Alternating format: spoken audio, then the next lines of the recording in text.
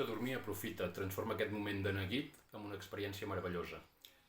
T'explico la tècnica que pots aplicar, que jo aplico quan jo vaig a dormir als refugis i allà també em costa dormir més que de lo habitual.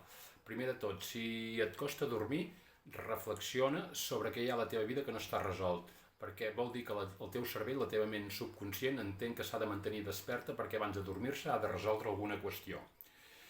Si la detectes, respira fondo, comença-li a donar una altra mirada, una altra emocionalitat i molt possiblement entraràs en més equilibri i podràs descansar molt millor.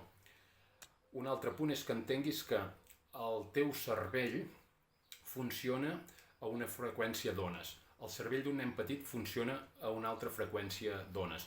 Un nen petit, quan el seu pare li diu saltant pots tocar la lluna, ell s'ho creu. Primer perquè el pare és un referent i segon perquè no ha desenvolupat la psicologia per reflexionar, per discernir per ell mateix el que és veritat, del que no, del que és real, del que és fictici. Doncs això passa quan tu estàs entre el son i la vigília, estàs mig adormit, mig despert, el teu cervell funciona igual que el d'un nen petit, a la mateixa freqüència d'ones. Per tant, no hi ha el guardián que et diu el que és veritat o el que és possible. I és el moment d'influir en el teu cervell. Si aprofites aquests moments per visualitza el teu futur, què vols convidar a la teva vida, quina experiència vols tenir, què vols aconseguir, fites, reptes o allò que somies. Doncs amb els ulls tancats projecta't ja vivint aquesta experiència.